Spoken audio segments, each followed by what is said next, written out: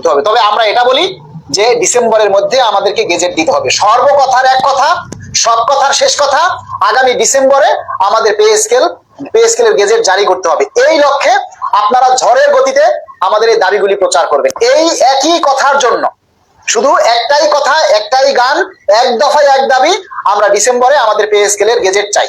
এই কথাটা লিখে যখন আমরা একটা পোস্ট করি যে এক দফায় এক দাবি, ডিসেম্বরে গেজেট চাই, কয় হাজার মানুষ সেই কমেন্টটা সেই দাবিটা প্রচার করেন বলেন?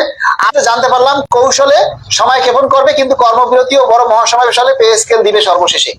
আমরা সবকিছুই করব, কিন্তু আপনারা যে যার জায়গায় আছেন, যে জেলায় আছেন, যে যেখানে আছেন, সেখান থেকে আপনারা শান্তিপূর্ণ আন্দোলন কর্মসূচি চালিয়ে যাবেন। আমরা খালি কেন্দ্র থেকে ডাক দিলেই হবে না, আপনারাও বিভিন্ন জায়গায় আপনাদের দপ্তর থেকে শান্তিপূর্ণভাবে, অবশ্যই শান্তিপূর্ণভাবে আপনারা এই কি বলে মানববন্ধন করতে পারেন, আলোচনা করতে পারেন। পে স্কেলের বাস্তবায়নের জন্য আপনারা সবাই ঐক্যবদ্ধ হতে পারেন। কারণ এগুলি যত বেশি প্রচার হবে তত সরকারের কানে যাবে, যত বেশি প্রচার হবে তত সরকারের কানে যাবে। তাই আমরা চাই পে কমিশনকে যাতে কেউ বিভ্রান্ত করতে না পারে। পে কমিশনের এই সমস্ত গুজব যাতে যারা ছড়ায়, তাদের বিরুদ্ধে রুখে দাঁড়াতে হবে, তাদেরকে বয়কট করতে হবে। কারণ আপনারা যতক্ষণ পর্যন্ত পে স্কেলের গেজেট হাতে না পাবেন ততক্ষণ পর্যন্ত কোনো কিছুতে কান দিবেন না। আমরা যতক্ষণ পর্যন্ত পে স্কেলের গেজেট হাতে না পাবো ততক্ষণ পর্যন্ত আমরা কোনো কিছুতে কান দিব না। ভাতা কত হলো, মোবাইল ভাতা কত হলো, ইন্টারনেট ভাতা কত হলো, শিক্ষা ভাতা, চিকিৎসা ভাতা, যাতায়াত ভাতা, এনো তেনো কোনটা কত হলো, কোনো কিচ্ছু গেজেট জারি না হওয়ার আগ পর্যন্ত যে যা প্রচার করুক, যে যা প্রকাশ করুক, এগুলি সম্পূর্ণ মিথ্যা, ভুয়া এবং ভিত্তিহীন, এগুলি গুজব।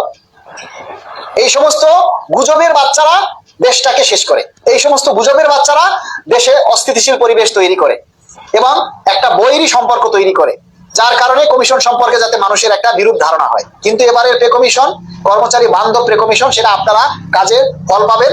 এখন এটা বললেও আপনারা বিশ্বাস করবেন না। এবারের পে কমিশন কর্মচারী বান্ধব পে কমিশন। আপনারা শুধু আল্লাহর কাছে দোয়া করুন, আল্লাহরও রহমত থাকতে হবে। আল্লাহ যেদিন চাইবে সেদিনই পে স্কেল হবে। একটা কথা মনে রাখবেন, দুনিয়াতে যা কিছু হোক, আল্লাহর হুকুম ছাড়া গাছের একটা পাতাও নড়ে না ভাই। আমাদের এই পে স্কেল বাস্তবায়নের জন্য স্বয়ং আল্লাহর রহমত থাকতে হবে। তাই আপনারা সবাই যে যাই করেন আল্লাহর কাছে মোনাজাত করবেন, আল্লাহর কাছে রহম চাইবেন যে আল্লাহ তুমি আমাদেরকে ভালো এবং সময় উপযোগী একটা পে স্কেল পাওয়ার জন্য তুমি রহম করো। তুমি পে কমিশন এবং সরকারের মনকে কর্মচারীদের প্রতি সদয় করে দাও। আপনারা নামাজ পড়বেন, নামাজ পড়ে আল্লাহর কাছে দোয়া করবেন যে আল্লাহ তুমি দ্রুত আমাদের কর্মচারীদের অভাব কষ্টগুলি দূর করে দাও। আমরা যাতে স্ত্রী পরিবার নিয়ে, ছেলে মেয়ে নিয়ে, অসুস্থ বৃদ্ধ বাবা মা নিয়ে আমরা যাতে একটু ভালো থাকতে পারি, আমরা যাতে একটু সচ্ছল থাকতে পারি, এ লক্ষ্যে আপনারা সবাই আল্লাহর কাছে সাহায্য চাইবেন, সবসময় আল্লাহর সাহায্য প্রার্থনা করবেন। এর সাথে আপনারা আমাদের এই দাবির কথাগুলি প্রচার করবেন। আপনারা যার আইডি থেকে, যার ফেসবুক আইডি থেকে আপনারা প্রতিদিন পোস্ট করবেন পে স্কেল বাস্তবায়নের জন্য। দ্রুত আমরা ডিসেম্বরের মধ্যে পে স্কেলের গেজেট চাই, এই দাবিগুলি সবাই যার ফেসবুক আইডি থেকে আপনারা প্রচার করবেন। কোনো মিথ্যা গুজবে কান দিবেন না, কেউ কোনো মিথ্যা গুজব ছড়াবেন।